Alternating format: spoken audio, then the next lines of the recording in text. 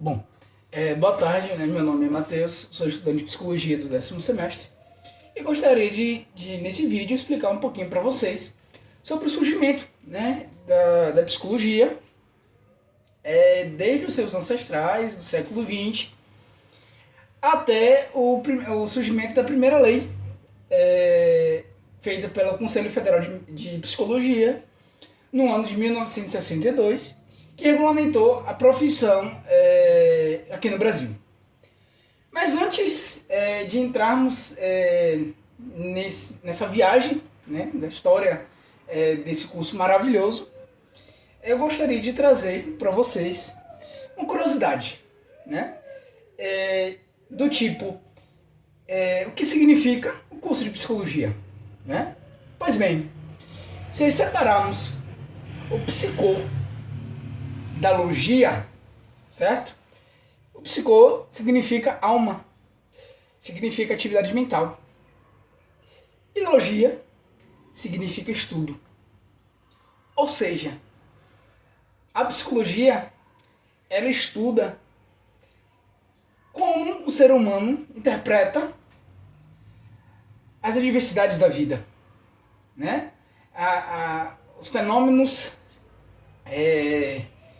da vida, né? Então é o comportamento humano, né? Por isso que é um curso tão maravilhoso e tão interessante de se estudar. Pois bem, dando início a introdução, uma pequena introdução, né, do nosso conteúdo, a psicologia ela não existia, né? Ela era uma disciplina vinculada ao curso de filosofia. Mas, com observações, muito estudo, Undet observou e fez a seguinte indagação, de que a psicologia, sim, ela tem condição de ser uma ciência independente, e criou, assim, né, o primeiro laboratório, né, de psicologia em Leipzig, na Alemanha. E com seus discípulos começaram a fazer pesquisas, a observar o comportamento humano dos seus das pessoas que estão sendo observadas dentro daquele laboratório, né, chamado de cobaias.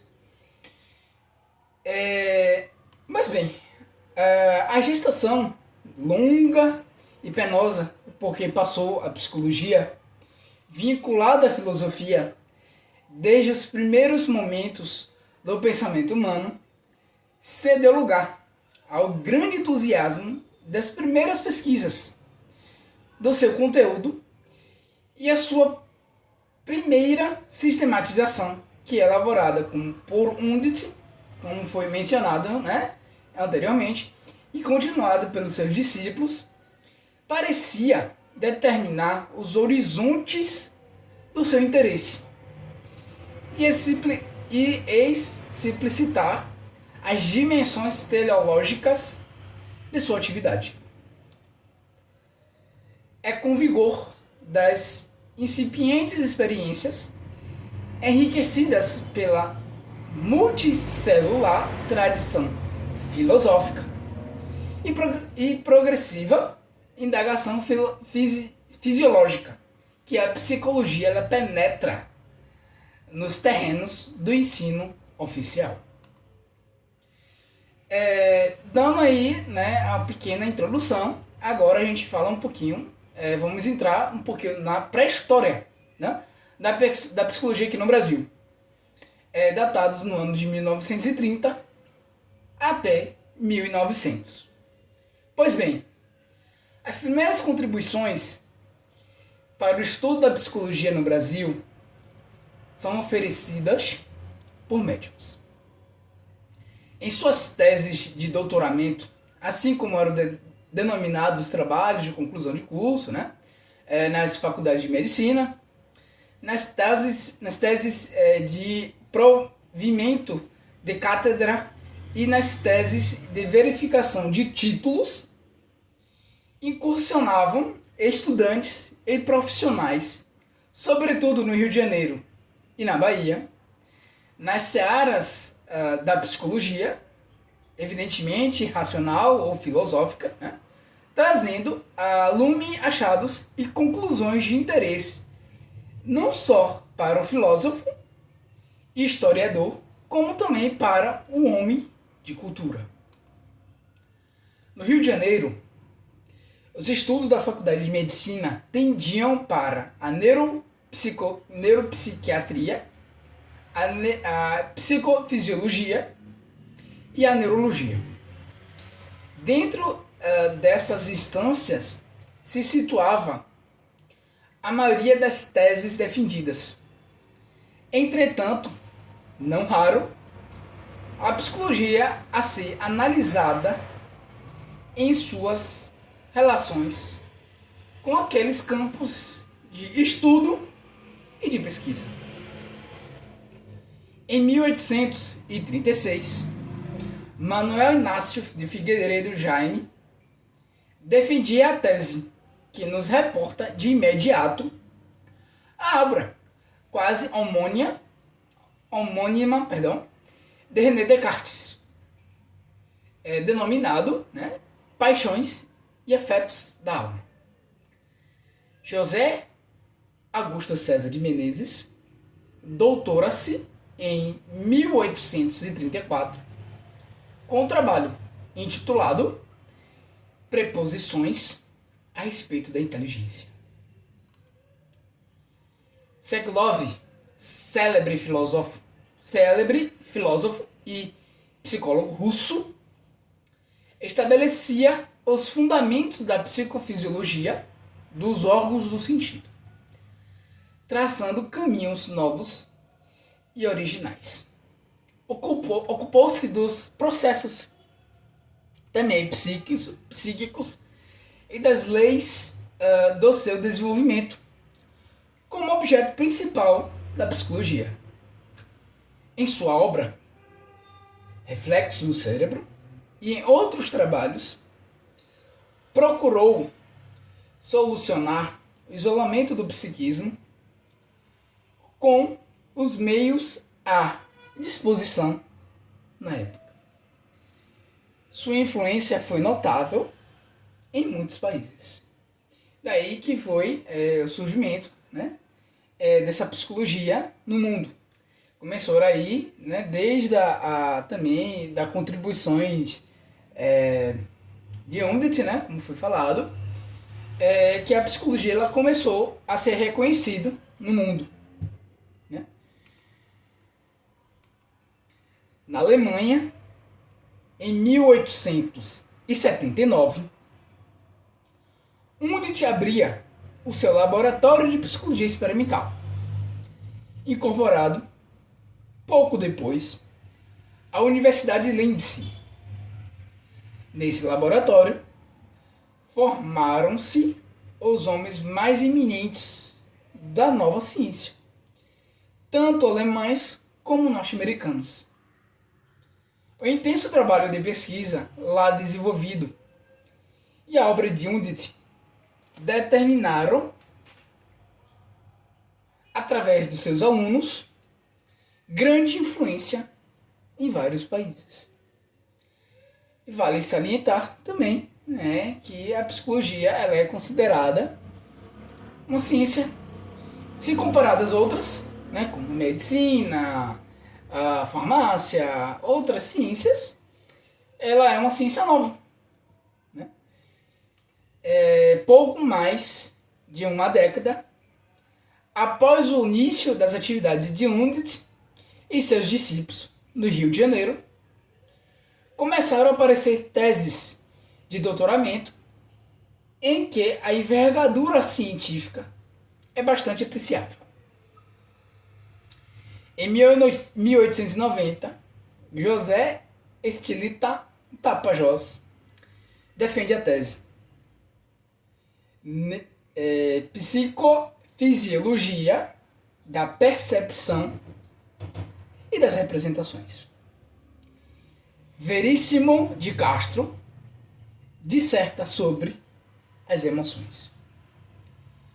O interesse elementarismo dos primórdios da psicologia científica em suas ressonâncias características nessas teses. Em 1891, Odilon Goulart escreve o primeiro trabalho no Brasil de psicologia clínica, que é o estudo psicotécnico da afasia. Já no campo da memória, o primeiro trabalho brasileiro surge em 1894, quando Alberto Seabra defende a tese A Memória e a Personalidade. Deu-se assim, o primeiro início aos cursos de graduação em psicologia, depois de todos esses trabalhos de tese dentro da psicologia clínica, o surgimento do trabalho das emoções, da memória. E aí começaram o surgimento do primeiro curso, que é o primeiro projeto denominado público para o curso de psicologia brasileiro. Ele foi elaborado em 1932, no Rio de Janeiro, por Radek, diretor do Instituto de Psicologia do Ministério da Educação e da Saúde Pública, tendo como duração de 4 anos e possuía as seguintes etapas e disciplinas. Pois bem, psicologia geral, que ela trazia como os aspectos da biologia, da anatomia, da fisiologia, da física, da química, da propedêutica, filosófica e lógica. A psicologia direcional e coletiva, que além da continuidade de temas das ciências biológicas e naturais, foi introduzido o estudo das ciências sociais, antropologia, sociologia e economia política, história da filosofia, teoria do conhecimento, teoria das ciências naturais, que entra a psicologia aplicada à educação, a psicologia aplicada e seus cursos monográficos de especialidades psicológicas e ciências afins, psicologia da criança, história da psicologia, ética e estética.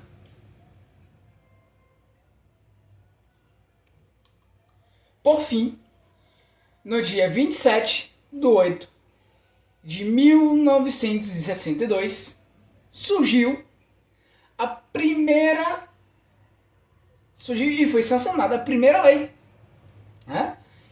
a lei número 4.119, que regulamentou a profissão de psicólogo aqui no Brasil, e o parecer do Conselho Federal de Educação, número 403, aprovado em 19/12/1962, que estabeleceu o currículo mínimo e a duração do curso superior de psicologia.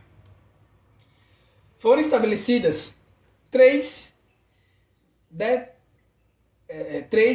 terminalidades para o curso: a licenciatura, que era centrada na docência; o bacharelado, que formava os pesquisadores; e a formação de psicólogo, que habilitava para o exercício profissional.